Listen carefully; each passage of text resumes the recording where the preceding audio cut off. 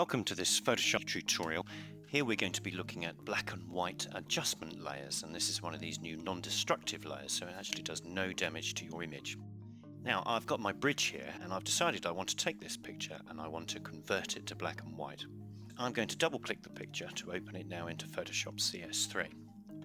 Going to layers, I can then click onto the little adjustment layers here and it pops up with a whole series of different adjustment layers that you can apply to the image, and I'm going to use this new black and white facility. Over the years I've been asked a lot about different methods of converting an image to black and white in Photoshop. You can go to the image menu and you can go to mode and you can convert it to grayscale, but there aren't really any settings you can apply to that. Or a more advanced trick that I used to show photographers was to convert it to a lab channel and then to remove the A and the B channels, keeping just the L, the luminosity channel. This is a really nice new facility. So you can see that it's converted the image to black and white, and if I just close my layers palette there. Now what I have the capability of doing is that I can move these different sliders around which will adjust the black and white just by the area of colour that was originally in the image. If I switch off the preview, then I can preview the original image, so I can see that there's a red motorbike here, some red parts here, another red motorbike, some of the lights at the back. If I reinstate the preview, you can just press P on the keyboard to toggle the preview on and off. If I now move the red slider, you can see how I can change just the black and white amount on just those red areas, so I can bring them up tonally into the grayscale or drop them down, make them darker, and I'm just going to bring them up slightly. You can then go through and do the same with all the major colours as listed here.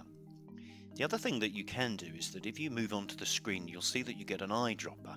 So if I position the eyedropper, let's just switch my preview off, and you can see, for example, the yellow of the number plates. If I switch the preview back on, if I put my cursor over here, what it does is it samples. I'm keeping my finger down. I can actually drag over the image here, and if I move to the left, then you'll see that it will densen up the yellows. Keep an eye on the number plates. Or if I drag to the right, and notice how the slider moves, is I can lighten up the number plates. So it's a very interactive way of being able to change all the tonal values based upon colour. If I then look at my layers palette, you'll see that it's added the new non-destructive black and white layer. At the same time, it's added me a little black and white mask that allows me to then touch up the image. Now, making sure my mask is selected, I'm just going to hide my layers, and what I want to do now is one of my favourite tricks, and I call this my Schindler's List trick, because remember, it was completely black and white in the whole of Schindler's List, apart from the little red coat on the girl that you only saw twice throughout the same film. Now I'm going to paint back some of the original background, and I'm going to do this by just adding black to my mask. So I've got myself a brush, and I'm using a soft-edged brush, and I've got black as my painting colour. Using the two keys to the right of the P key, the braces or brackets key, I'm going to hit the right bracket, which is going to bring up the size of my brush, and then I'm just going to paint in the original background. And this is a nice, easy, quick little trick. I'm accidentally going over areas. I've gone a little bit over Earl's top there. I'm just going to go round his head in between Earl and Graham here, and go over the top of this and paint that back in something like this. Then just do that a little bit there, so on, so on, and so on.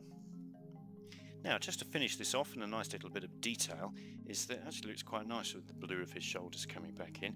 I'm going to hold down Apple and spacebar on a Mac, or Control and spacebar on Windows, and then I'm just going to drag and zoom into this area in a bit more detail. Now, hitting the left bracket, I can bring my brush size down, and then I want to switch my foreground colour to white, which you do with this little arrow. Great little keyboard shortcut here is pressing X. X toggles you between these two colours, so that when you're working in a mask, it makes it much quicker to be able to switch between black and white. So I can then just paint back over the little areas that I went over when I sort of applied everything else en masse. Something like this. Just paint that bit out. Take my brush size down again, just paint that bit out there, and then these little bits that I went over here. I always like to be able to control everything through a mask. It's so much easier to do. Plus, I much prefer a painting style. Double clicking the hand is always a good shortcut, been around for donkey years in Photoshop, and that will just recenter the image back, and there we go, using the black and white adjustment layers in Photoshop.